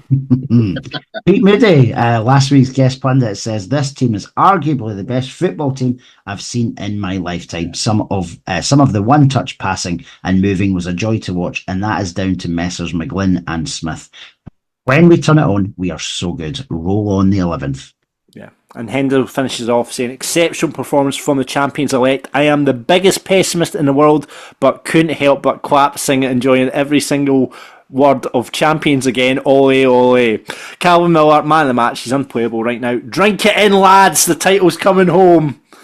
God, if Hendo's on board, Jesus Christ. Am I the only one that's just going to keep my feet on the ground until this is done? Because I feel like I'm the last voice in Falkirk not singing champions again. Ole, ole. We'll wait and see what happens this weekend. But you can almost taste it. You can almost touch it, Dougie. It's just... I know you're a wee pessimist like me, Dougie. I know that for a fact. But yeah, it's almost there, isn't it? Yeah, it's and the Friday night is a wee bit frustrating. It's a wee bit frustrating. Yeah, I actually remember being on the podcast last year and we were talking about, we got bored of the half 5 kickoffs. I'm definitely bored with the Friday night stuff now. Because it really is a strange one. The Thistle game getting moved. It's such a good day out, but if we do the business on Friday night, right? Yeah. So this is where we're at, right? So the Thistle game. I think if we do the business on Friday night, the Thistle game getting moved to Friday is a real kick in the balls because that was going to be the last away day, and getting moved to a Friday night's kind of disrupted everyone's plans now, which is a nightmare. But it is like. The fact that we could potentially win it this weekend without kicking the ball. Now, we had a great time in Montrose, but we were playing later that day. So if we go to Ayr on Friday night and we get 3 points there, and then Livy have got... Who have they got at the weekend? They're away to Morton, John. I don't see them losing that. They're away to Morton. If they draw. Yeah. Even if they draw, that's it. They have to match our result. So whatever we do on Friday night, they have to match. From that. Hold on, if they match, so if Livy draw and we win on Friday, does that mean we win the league? No. What was that? We have to win on Friday to win it on Saturday. But yeah. Oh no, but if Livy draw on Saturday, we still need a point, don't we? No, if Livy drop points on Saturday and we've won on Friday, that's it done. Is it? Oh Christ! Right, because Morton, I think Morton will need to. I know Morton will need to bounce back though. Do you not think so? I'm hoping you also need to get a draw. I think we'll get into their game, but I think we'll maybe draw that on Friday night anyway, potentially. But we'll talk about that in a bit because I just think their surface is going to play against us. You see the state of it. Let's have a quick donder around the league, because we mentioned Airdrie. They are motoring now, aren't they? Jesus Christ. They won't finish bottom, by the way. I know I said this weeks You did call this, Ross. You did call finish this. bottom. I don't know who will finish bottom, but it won't be. There's talk of Hamilton being dropped 6 points. Now, if that's the case, they are definitely going to finish bottom. They will definitely finish bottom. If they're deducted 6 points, like Bonnie Rig Rose were early in the season, there was all sorts of chat about money being distributed wrongly to Hamilton in terms of the academy and stuff like that. So if they get dropped 6 points, I would say, they immediately drop below to 26, and they'll drop below Airdrie. Dunfermline, I mean, you just thought after that bounce against Livingston, and then going down to Hamilton at the weekend there, it's like, Jesus Christ. There'll be squeaky bums in Dunfermline. There really will be. I mean, you thought they would kick on after that Livingston game. I saw Neil Wen having a go at the referees at this level. God, you should have been in League One, Neil. But, like, it's... Well, it should well be. He may well be, exactly. And Queen's Park are dropping like a stone. They are in a bad way, obviously getting pumped off Airdrie there at the weekend there as well. I mean, it's going to be tight around there. I mean, I don't want to... I'm here for it. I don't want to count my chicken nuggets under my chips, Ross, to paraphrase you, but imagine, right, if we've done the business and it comes to that last game against Hamilton with Dunfermline potentially being in that playoff or getting relegated. It would be a delicious day. It'd be a delicious day. The reaction to a Falkirk goal that day might not be good if that was the case. But we will see. We've got to, let's not get ahead of ourselves here. Anyway, keep our feet back on the ground now. And let's go for the Falkirk Daft rated player. It's a tough choice. It really is. I think in contention, Miller, Spencer, Arfield, Adams. Who'd you pick out? Them? You boys were obviously at the game. I'll leave it up to you to decide. I'm going to go. I know I said this earlier, but I'm going to go Calvin Miller. I thought he was phenomenal again on Saturday, and he followed up his Player of the Month announcement for March just the right way. So I'm going to go Calvin Miller. Dougie. Yeah, it's do what everyone else does and do Scott Arfield, so he comes into your room and gives you a big picture. No.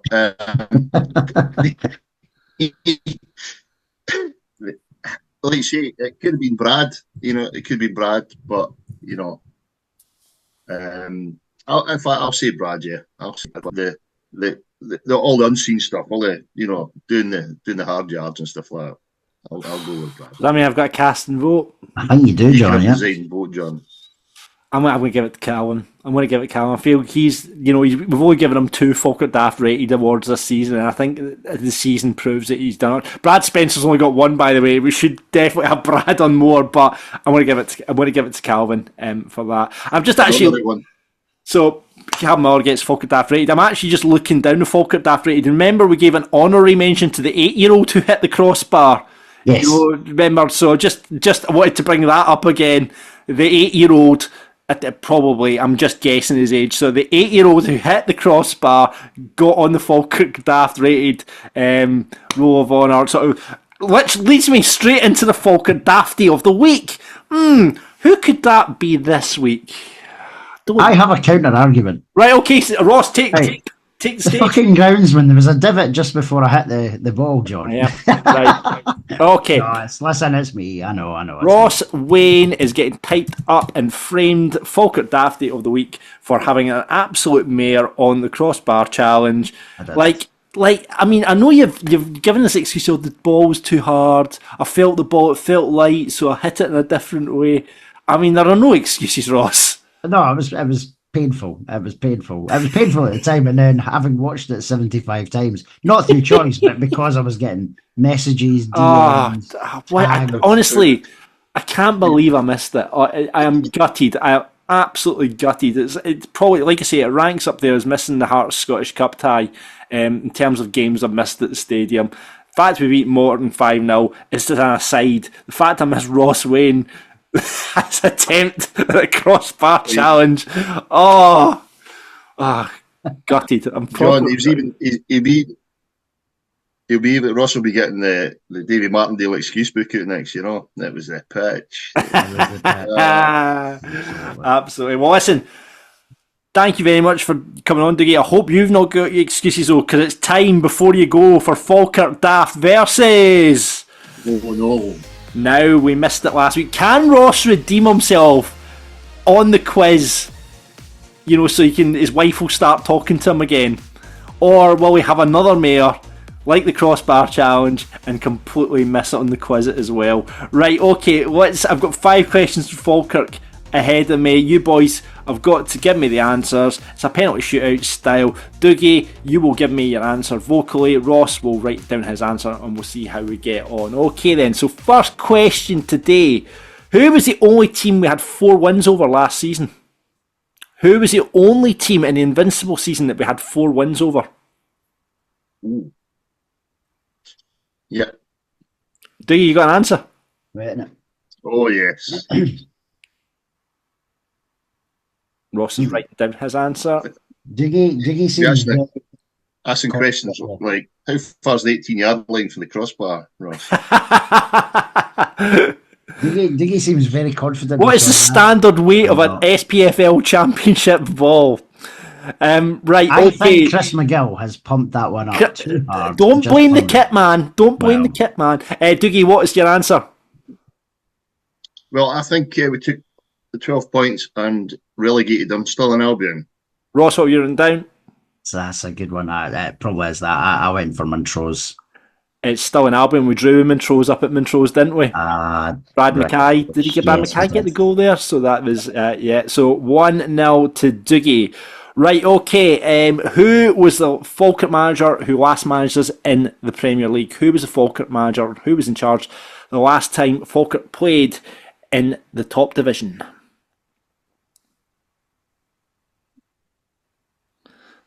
Okay. Got an answer, Dougie? Yeah, I'm going to go with Yogi Hughes. You've went Yogi Hughes. Ross has written down.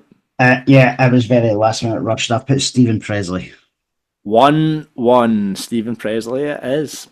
Right, here we go. Third question. All to play for. Name any ex-Falkirk player currently playing the Scottish Premiership. Any ex-Falkirk player currently playing the Scottish Premiership. That's a shoot-you-in question for you. Dougie's having a think. Oh, maybe it's not as shoot-you-in as I thought. I've got this just to put some pressure on Dougie. There's quite a few options. I've just had a total mind blank. This should be an easy one. Should be.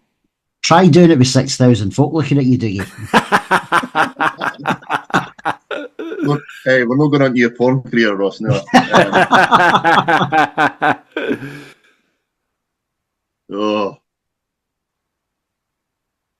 I've got a total mind blank.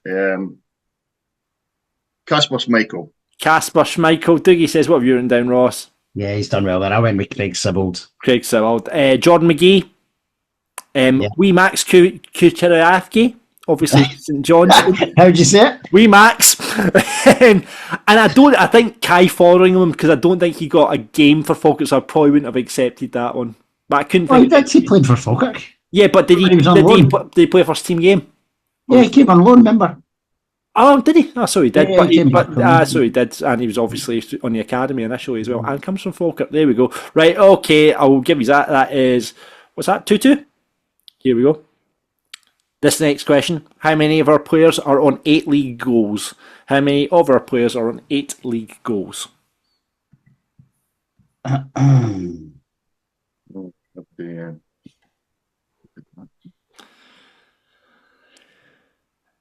Have you got an answer for me, Dougie? I'm going to guess, I'm afraid. I'm going to say 1. You're going to say 1. Ross, what are you thinking? I went 2, but that's a guess. I said I guess. It was. You've went 2. Dougie has went 1. The actual answer is 3. Calvin Miller, Brad Spencer, Scott Arfield. Ah, of course. Oh, it's the deciding question now, boys, before we go to a tie break. And this is the question. It's a toughie. Which Falkirk player introduced Amarillo to the Falkirk crowds? Which Falkirk player introduced Amarillo to the crowds at Falkirk? Which player? There was a player, and this the legend of Amarillo and how it started. And I thought one of you might know the answer to this, because that's not how I thought it started. I thought it was to do with Lieutenant Stardust singing it. Nope. This goes way back. Oh, this is going to be a wee history lesson. Oh.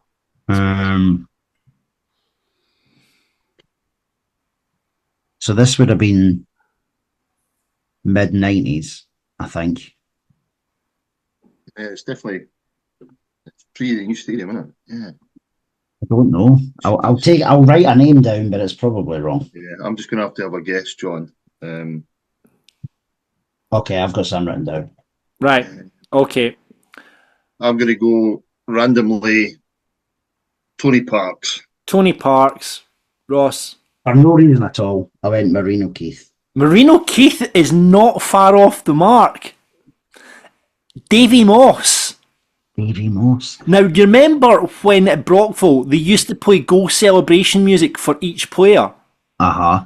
Davy Moss's choice was Amarillo.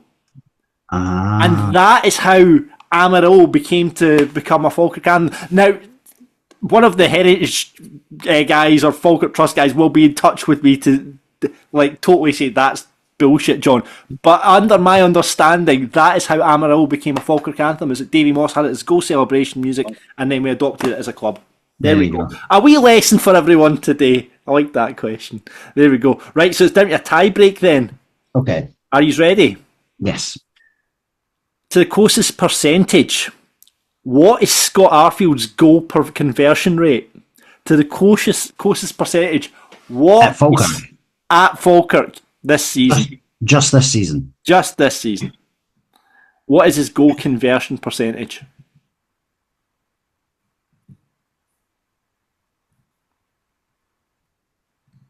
So this is, sorry, John, goals per game percentage. Goal conversion, so it's like you take into obviously shots, matches, goals to get your goal conversion. All right, okay. Okay. To the nearest percentage, I'm going to go. Ross has got something written down. I've got something written down. 81%. 81%. Ross, what have you written down? I went a bit more conservative. I went 70. I'm glad you've went. I thought you might have went lower, and then I'd have to do some sort of maths. But the actual answer is amazingly 57%. I shot too high there, but 57% is Scott Arfield's goal conversion rate, and he's redeeming himself after his failure on Saturday. Ross Wayne takes the quiz. Play the Champions League music. Dougie, thank you so much for coming on. Sorry you lost out to Falkirk Daft, but I really appreciate your time. And you guys you're doing something this month. It's Prostate Cancer Awareness Month, Dougie, and you've been doing stuff around the stadium, haven't you? Yeah, it's Bowel Cancer Awareness Month in April. Yeah. So the club have been really good.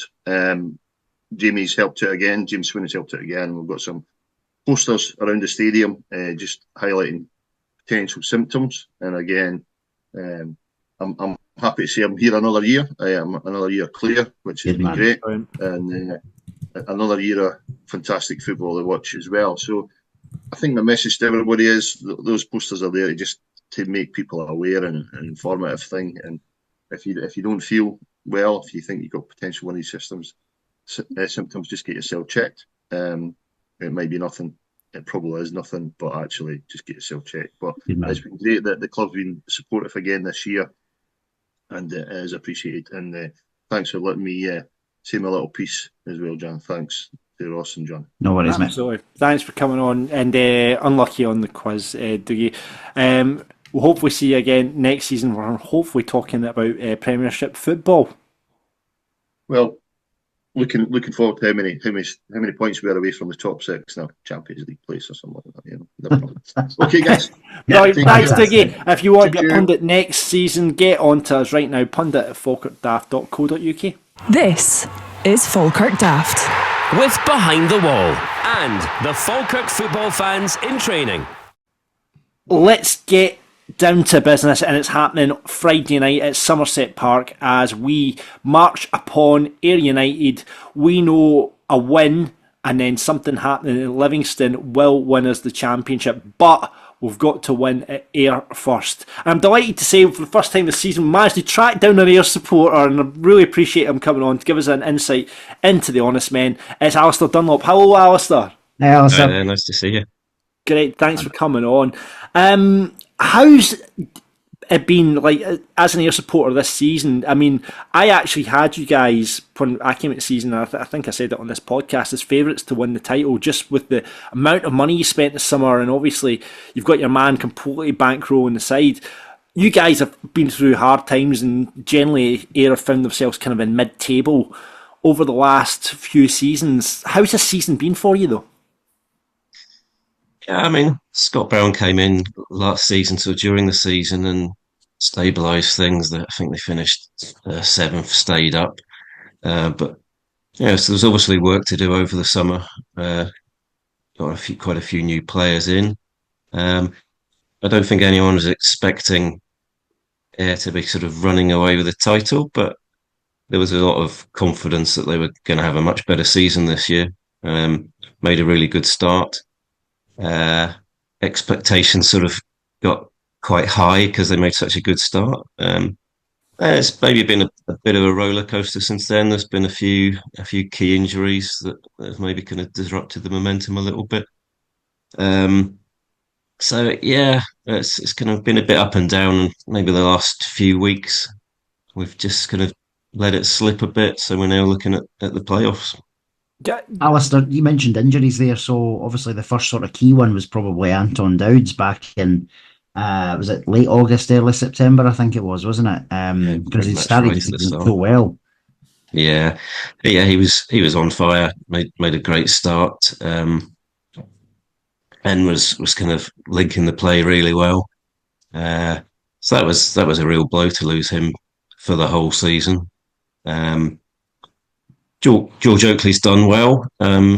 He sort of had a good run of goals in the middle of the season, but he's maybe not a total out and out goal scorer. And it's maybe taken us a bit of time to get a bit of support in for him. Curtis Main has come in the last few weeks, but so yeah, we probably sort of had a bit of a dip with that. Another one that sort of came in during the season that started a really good run was Mikey Devlin came into central defence. Yeah. And we moved from a back four to a back five with him sort of right in the middle. And that was allowing our fullbacks to push on. We had a really good run there actually when he came in, sort of in the autumn. And then he got injured and we sort of had a bit of a dip again.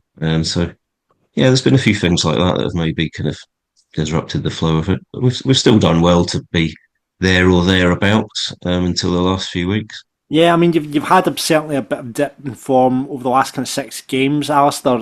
I think it's 3 losses in the last 6, and you obviously lost there at the weekend as well to Wraith Rovers.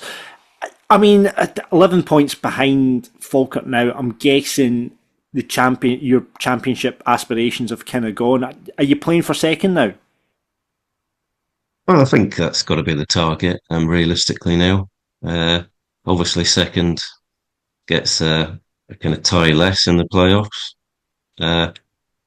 Hard to know if that's a good thing or not because we finished second 2 years ago, and we're on a good run, and then took a couple of weeks off, and then collapsed against Thistle after 2 weeks off. So I'm just not sure what the best thing is. In theory, you should be rested and have less games to play in the playoffs if you finish second. That's an interesting perspective, actually. I hadn't thought of it that way before, because when Falkirk have been involved in the playoffs before, it has inevitably been via third or fourth and having to play those extra games. But actually having those 2 weeks off maybe is to the detriment of, the second place team. I know in the past, I think people have arranged friendlies and stuff, or tried to arrange friendlies around it. So yeah, can you do it against Livingston a week's time then, Alistair? That's the big question from a Falkirk perspective. Well, I suppose if we get anything on Friday, then you'll be looking for us to do you a favour. It'll be a bit strange if you win the title when we're beating Livingston on a Friday night. That would be quite a strange feeling, I suppose. Scenario. Yeah.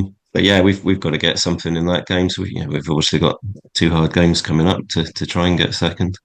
Yeah, I mean, what do you think in terms of your chances are on Friday night? Do you fancy it back in here for a win? Fancy us to get something. But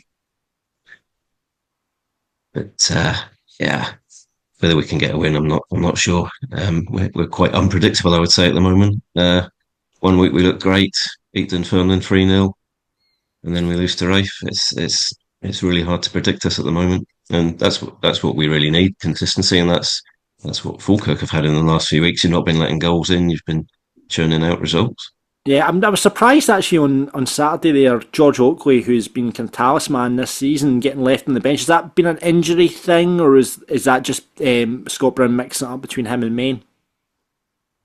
Yeah, I think it is just mixing it up. I think he was maybe just a little bit off his best the last few weeks. So yeah, I think he just wanted to change it about a bit. And Jamie Murphy had come back from injury, so he was kind of playing in behind to try and mix it up a bit.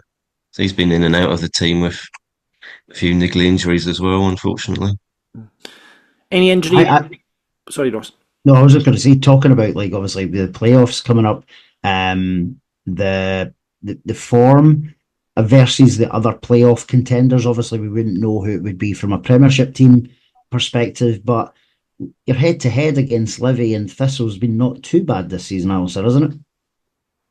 Livy have won at our place a couple of times. I think we won there, so it's been quite unusual. Thistle, we've beaten them, but we've also lost to them, so it's one of those things. We wouldn't mind playing Rafe in the playoffs, to be honest. I think even though we've just lost to them, I think we've had very close games with them. So, end of the day, you've really just got to turn up and peak and try and get on form in the playoffs if that's what happens. And what are the injury doubts looking ahead of Friday, Alistair? Dylan Wattrett went off there at the weekend. Is he going to be fit for the game? And who else is looking like they're not going to make it? To be honest, I don't have inside team news, but I think we've got a more complete squad than we have had earlier in the season. There's a much stronger bench than we've had at times, so there's certainly a couple of options there. Some of the other defenders are back. I think it's really Mikey Devlin that's still out primarily. Yeah, I thought Marco Roos, I thought he was going to go on to become Championship Player of the Season when I first saw his early season form, but he seems to be in and out of the team now, which surprises me. Yeah, he had a great run at the start. He had another niggly injury, and it took a while to come back from that. And you never felt he was really consistently dominating games like he was at the start of the season. So there's this, you look back. There's been maybe 3 or 4 other players that have been like that, in and out of the side, not getting a consistent run of games, not showing the form, and you can see the form's suffered. Yeah. So what do you think the score's going to be come Friday night, Alistair? I'll go for a 2-2 draw. Keep it interesting. 2-2 draw. Keep Falkirk on their toes. I know. Yeah, it would do. A draw would definitely keep us on our toes. Any win will do. Like, genuinely, I would take I keep saying this, a 1-0 off someone's backside on Friday night. That said, I can see Livingston beating Morton on Saturday, so I think it would go to another week anyway. And as Alistair predicted, it could well happen on the Friday night when they play each other. So yeah, not ideal, but listen, getting out of the league is the aim of the game, and Alistair, you'll be feeling exactly the same, whether it's playoffs or otherwise. And I think Ayr, in my opinion, I know Livy's been quite strong the last few weeks, but I actually think in the heads-to-heads in a playoff, I think Ayr would take Livy out of that playoff situation, to be honest, and then it's just who you would face from the Premiership, to be honest. Well, obviously the potential chaos is if Kilmarnock finished second bottom and we ended up playing them. That could be. Of course, yeah, that'd be tasty. Wow, that would be unbelievable. That absolutely Yeah. unbelievable if that was to happen. It's a hard one to call for me, this one, because I think the teams, like we looked really good against Ayr. The first game in the stadium, last game, no, not as much, but. And then obviously we went at Ayr itself. There was that sending off, which was obviously overturned because it was ridiculous that was even a sending off. I think it's going to be. I think it's been close games aside from the first game at the stadium where I thought we looked really comfortable against Ayr. I think it's going to be tight. It's going to be very tight, and I do predict that. I want to say a Falkirk win because just looking at Ayr's form. But my worry is the pitch comes into play because I know the pitch, Alastair's not in the best condition. Certainly in front of that dugout area. I watched the Ayr Dunfermline game and it looked absolutely horrendous. Whether that's been sorted out in the last 2 weeks or not, I don't know what the case is, but I think the pitch might come into play and I foresee a draw. I think this is where we might draw a match, potentially. But we'll wait and see. That's got a bit muddy along the stand there with some of the weather, and historically we've had a pretty pristine pitch as well, so it's quite unusual. But hey, at least we play on grass. There's the dig. I was waiting for it. There's a dig. I think you'll find our quality of surface is Champions League compliant.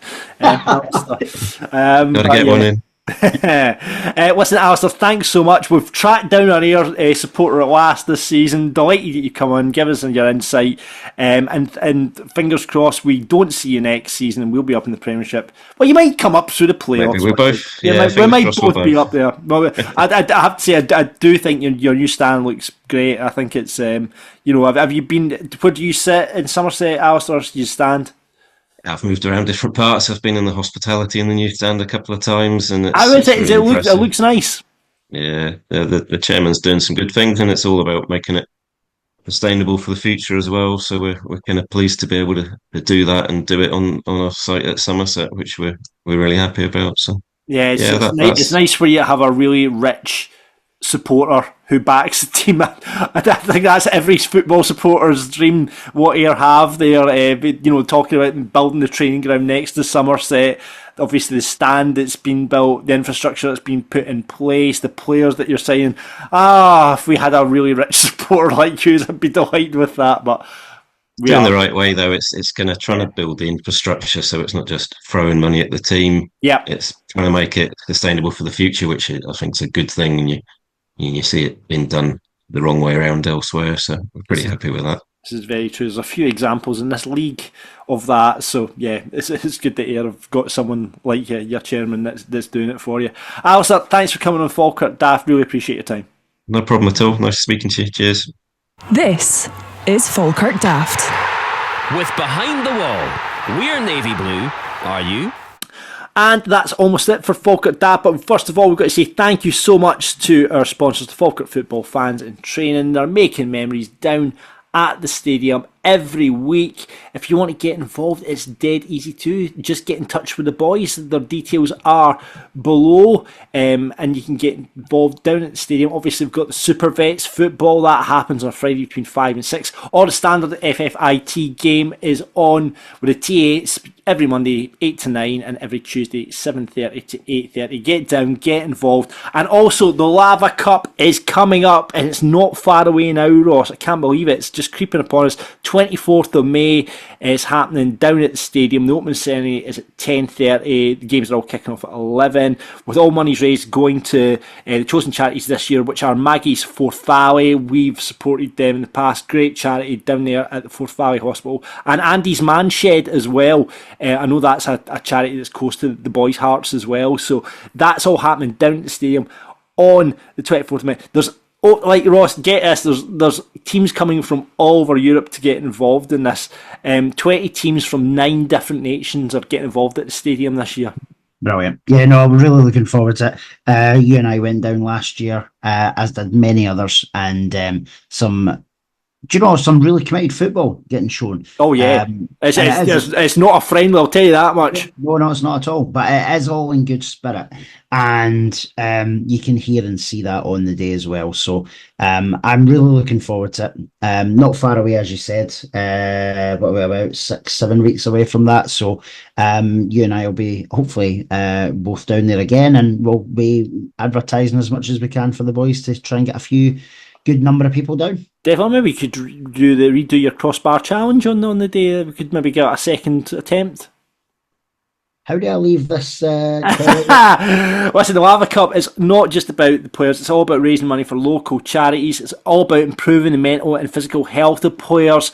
As we've always said with the Falkirk football fans and training, it's making networking. That's a really important part of it. Is making new friends, making memories, and that's really important. That's what the Lava Cup does. And it's also about remote access delivery. It's inviting at least 2 teams from remote areas with no access to senior football and giving them the chance to play on the big stage, which is the Lava Cup. Like I say, teams from Nottingham Forest are getting involved in it this year. There's boys coming from Reykjavik as well. You know, it's great, and love to see as many as you possibly can down at that stadium. You know, all boys between 40 and 75 playing in that game, and the club have done a really, really good job with that. And Ian and the boys, Dougie, they would all like to think, like Paddy and Jamie at the club, who have really helped out in making the success it's become. And like you say, you'll see them all up the town afterwards on the bevy after the tournament on the 24th. So look out for them then. So yes, Lava Cup coming to the Falkirk Stadium soon, courtesy of the Falkirk football fans in training, our wonderful sponsors, and all details if you want to get involved with the boys are below.